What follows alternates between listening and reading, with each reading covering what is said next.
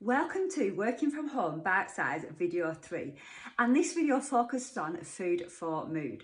But why on earth are we focusing on food for mood?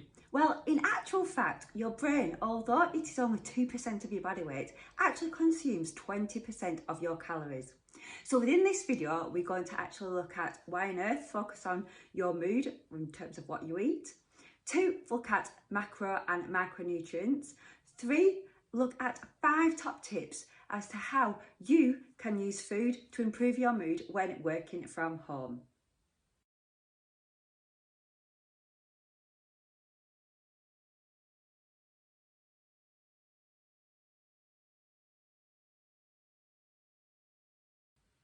So how on earth can what we eat impact on our brain health? Well, there are 3 main reasons, and the first of this is inflammation, which impacts on our immune system and causes oxidative stress. So really think about those antioxidants which may be able to support this. And the second one is the gut-brain axis, and this has generated a lot of interest over the last few years. And in fact, it has reason to do so because 10% of your brain signals go to your gut. So by eating a diet which has a positive effect on your gut, this can also impact on your brain health. And the third one is the hippocampus. And the hippocampus is key for memory preservation, for learning and cognitive function. And there is studies out there that show a link between diet and the size of the hippocampus. So that was a really simplistic overview of the 3 ways that food could impact our mood. We're now going to look into different areas, and if you would like to explore these in greater depth or in a more personalised approach, I would really encourage that you complete the full workshop, Food for Mood.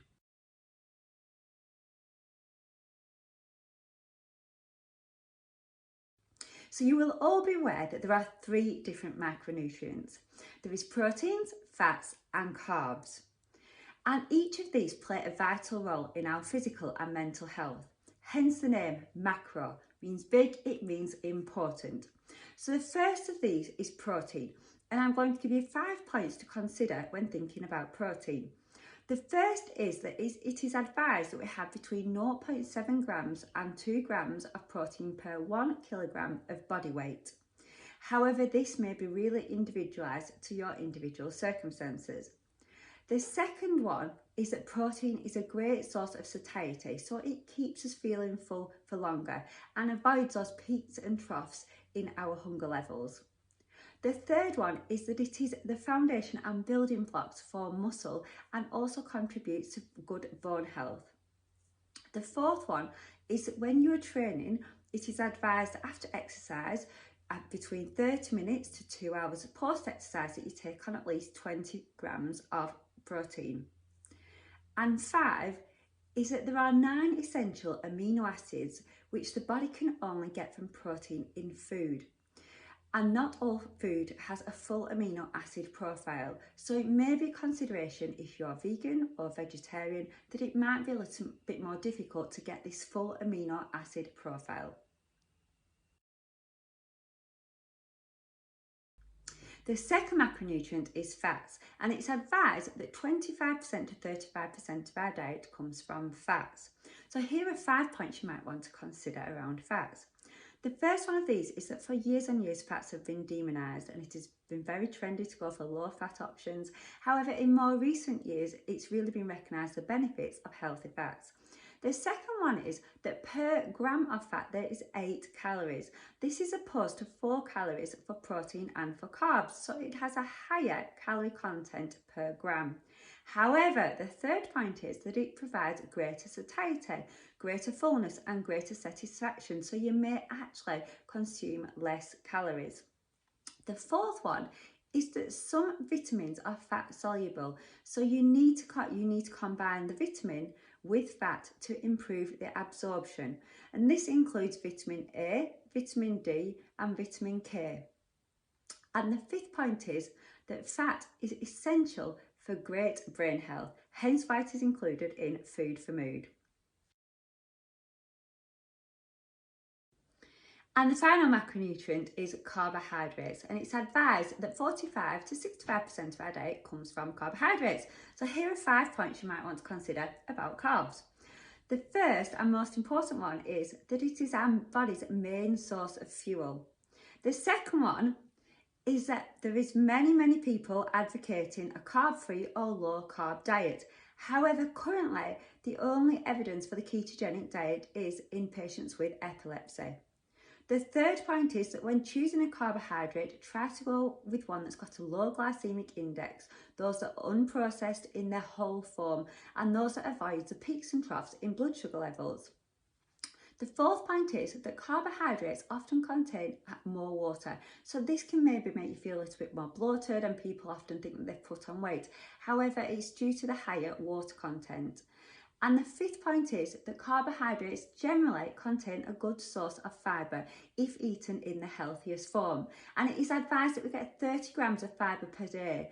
However, currently in the UK, we only get 20 grams. So it is really key that we do try to ensure that we get a good source of fibre, 30 grams every single day.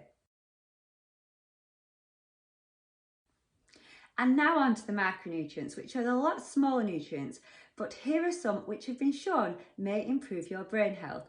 This is simply an overview. If you would like to go into more depth, please do get in touch with me. The first of these are the B vitamins, and in particular B1, B3, B6 and B12. The next is vitamin C, vitamin D and vitamin E. There's magnesium, selenium and zinc. And finally, omega-3s.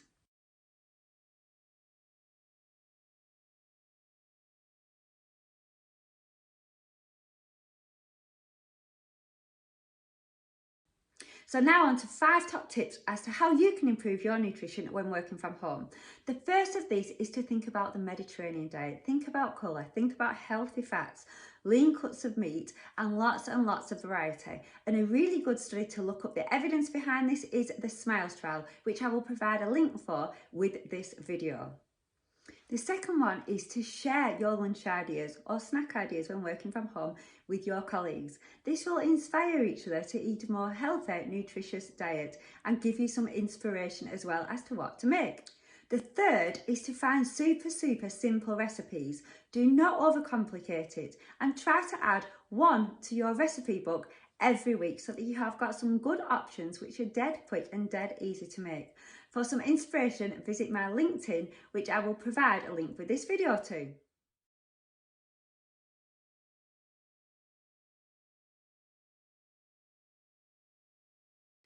Number 4 is make sure you have a clear plan of what times you will be eating during the day to ensure that you do not get hungry, but also that you don't go into a food coma as well for overeating.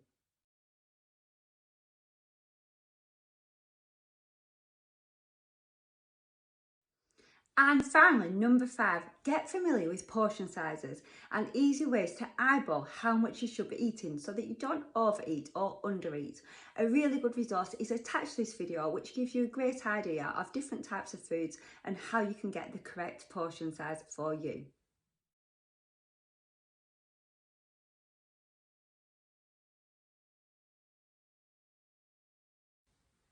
So within this short video, we've explored why on earth food is so important for our mood. We've also had a look at macronutrients, we've looked at micronutrients, and we've covered 5 top tips that you can implement now when working from home.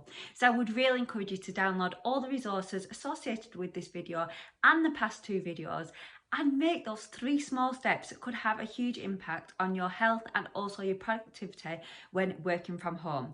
If you would like any more information, please do get in touch with me and my details will follow.